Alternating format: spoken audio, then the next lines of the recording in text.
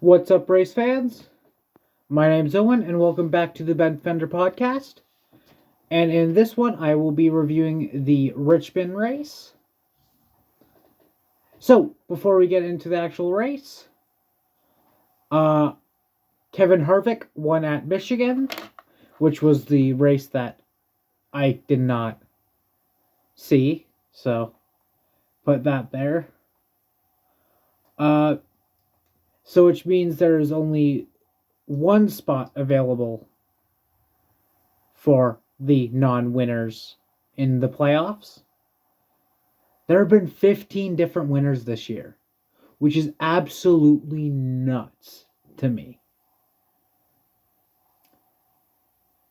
Moving on. So, starting on the front row was Kyle Larson and Ross Chastain.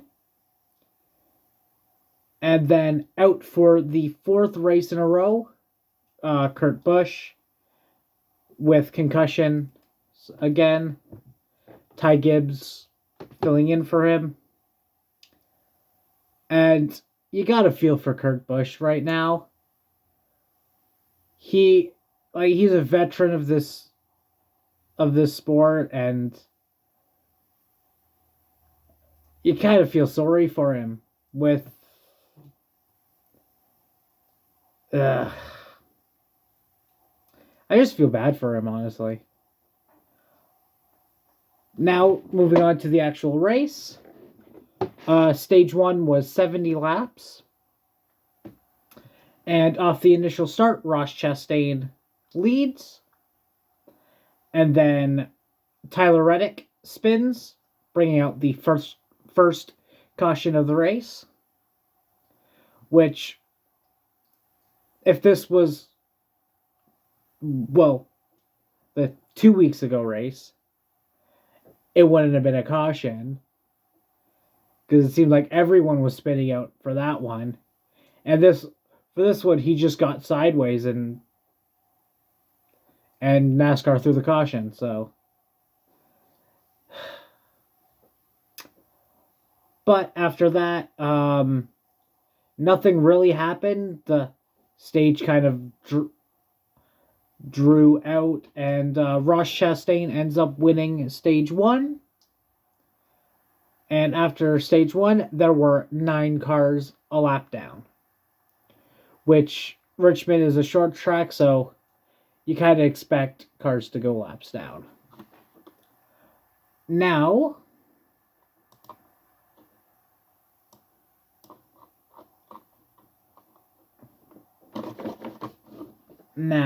moving on to stage 2. Alright, so on to stage 2, which was 160 laps. So, Ross Chastain won the race off pit road. And then, on the restart, Denny Hamlin makes contact with Kyle Larson. They just get bumped up out of the way. Then Joey Logano takes the lead. And time for green flag pit stops. The first round. So, Larson takes the lead. Then Blaney takes the lead. Then Custer takes it. Then Ricky Stenhouse takes it. And finally, Joey Logano takes it back after the pit cycle is done. On that pit stop, Ricky Stenhouse missed pit road. And when he came back on track, he hit Martin Truex Jr. So, they kind of both had damage. Then when Ricky Stenhouse came to do his actual pit, he got a too fast entering penalty. So his day went from bad to worse really quickly. After that, nothing really happened until green flag pit stops happened again, where Ryan Blaney took the lead again, and then Joey Logano retook it after the cycle was over. Then Christopher Bell got a over the wall too soon penalty. And then something happened with Ty Gibbs' car, which put him out of the race. Which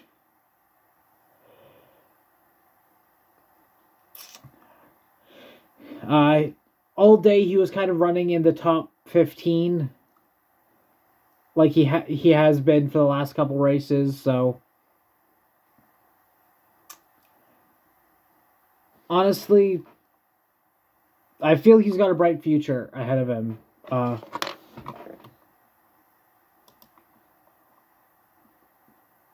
Then Joey Logano ends up winning stage 2. So at the end of stage 2, there is 1 out of the race and 21 cars a lap down. Alright, so start of stage 3, which was the rest of the 400 laps. So it was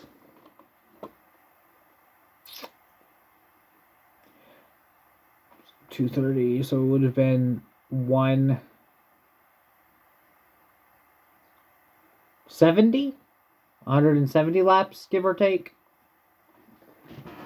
They never showed the graphic on screen, so start of stage 3, Kyle Larson won the race off pit road.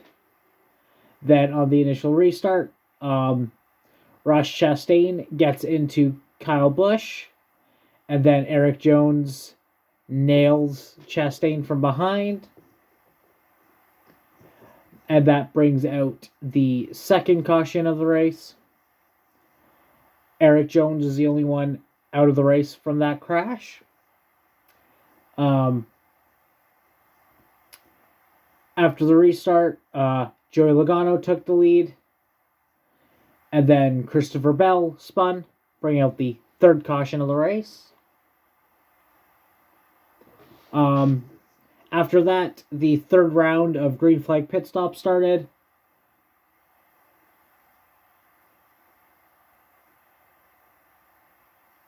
So, Denny Hamlin took the lead.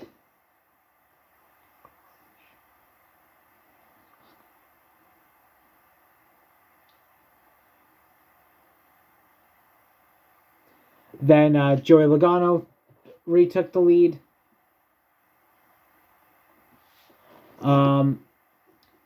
After that, Chase Briscoe was in the pits because he had smoke in his car, so they had to get that out. After that, Kevin Harvick took the lead. And then the fourth and final round of green flag pit stop started. Where Denny Hamlin took the lead.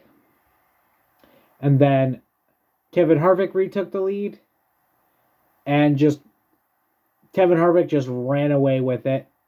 And Kevin Harvick wins back-to-back races and secures his spot in the playoffs even more. So the top 5 were Kevin Harvick, Christopher Bell, Chris Buescher, Denny Hamlin, and Chase Elliott. This race was kind of all over the place. There was